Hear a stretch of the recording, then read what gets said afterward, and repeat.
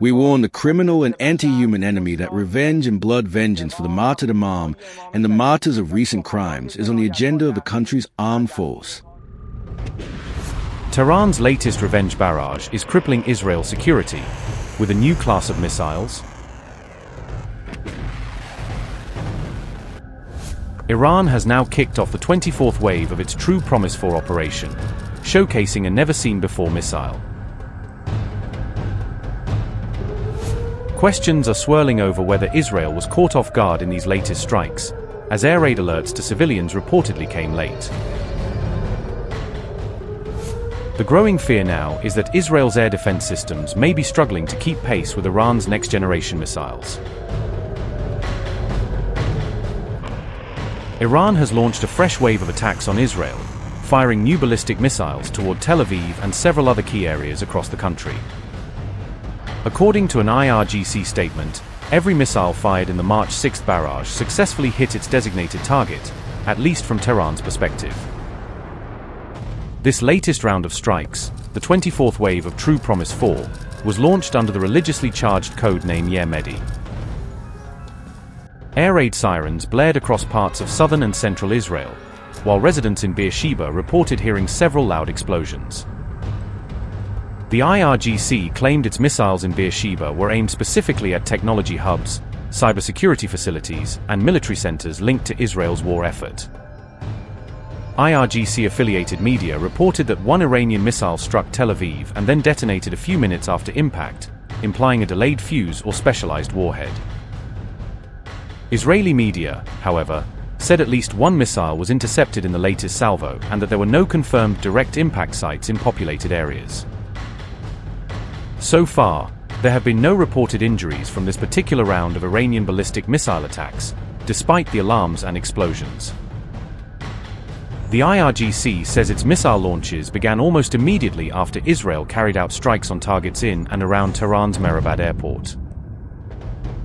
At the same time, Israel's Home Front Command appears to have issued noticeably shorter early warning times for incoming missile threats. In one case, an alert went out at 7:16 p.m. local time and sirens began wailing just 3 minutes later, giving residents limited time to react. Later that evening, a second warning came at 8:40 p.m., with sirens sounding only about a minute after the alert was issued. A third alert at 9:54 p.m. was followed by sirens just 2 minutes later, again showing a very tight window between detection and public warning. Earlier in the day, the gap between an early warning and the corresponding siren had been closer to 6 minutes, allowing more time for people to reach shelters. In previous missile barrages, the typical gap between initial alerts and sirens ranged from about 4 to 8 minutes, making the current shorter windows stand out. Home front officials maintain that their goal is always to provide warnings several minutes before impact to maximize public safety. However, they admit this is not always possible, blaming factors such as late missile detection or unusual flight profiles for shorter warning times.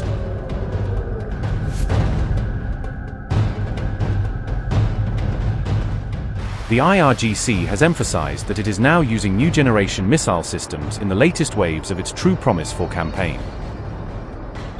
State-aligned media say these include both solid fuel and liquid fuel designs, aimed at Israeli territory and US bases across the region. Among the named systems are Khorramshahr 4, Kibar Shikan, Fatah, Emad, and Garda missiles, each covering different ranges and strike roles.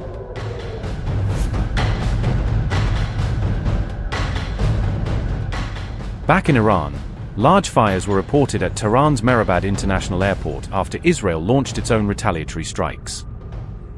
The Israeli military described its operation as an extensive wave of attacks against what it called regime targets deep inside Iran. Meanwhile, the IRGC also released a fresh battlefield update, detailing its ongoing operations against both Israel and the United States, and signaling that its campaign of missile and drone attacks is far from over. The sons of the Iranian nation in the Islamic Revolutionary Guard Corps, on the 7th day of the war and in continuation of the 22nd wave of Operation True Promise 4, dealt crushing blows to the enemy's structure.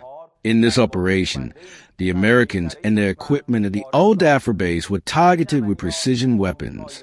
In addition to the destruction of the base's advanced radar, the hangars for the maintenance of MQ drones, U-2 aircraft, and the American Patriot system were also obliterated.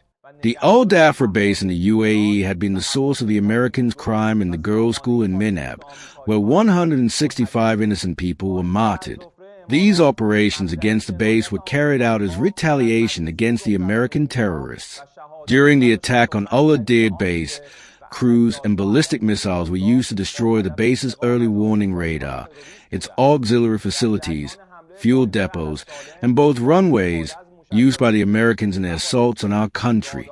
In the past 2 days, the courageous soldiers of our nation, in 2 waves of combined attacks, completely destroyed the radar and air traffic control systems, satellite communication facilities, and fuel supply depots of the Al Udeid Air Base using kamikaze drones and ballistic missiles. Meanwhile, in the attack on the American base at Erbil Airport, 11 Americans have so far been killed. The occupied territories were also struck by Kibar-Shikan missiles from the Aerospace Force of the IRGC. In addition, one of the headquarters belonging to separatist groups in the Kurdistan region was hit and destroyed. Furthermore, following a combined drone and missile operation targeting objectives in the occupied territories and American bases across the region on Friday night, under the operational code O Master of Time, the 23rd wave of Operation True Promise 4 began. The ground and naval forces of the Islamic Republic of Iran launched a new wave of drone attacks targeting American bases in the occupied territories.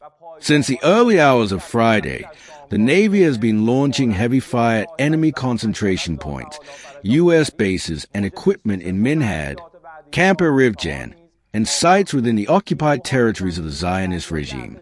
The pure blood of our martyred comrades from the beloved Dina vessel flows in the veins of the Navy's brave men. This battle will continue until the enemy is forced into regret. We warn the criminal and inhumane enemy. The vengeance and retribution for the martyred Imam and the victims of recent atrocities remain the top priority of our armed forces. The remembrance of these precious martyrs is the very reason that the blood of our self-sacrificing soldiers continues to surge.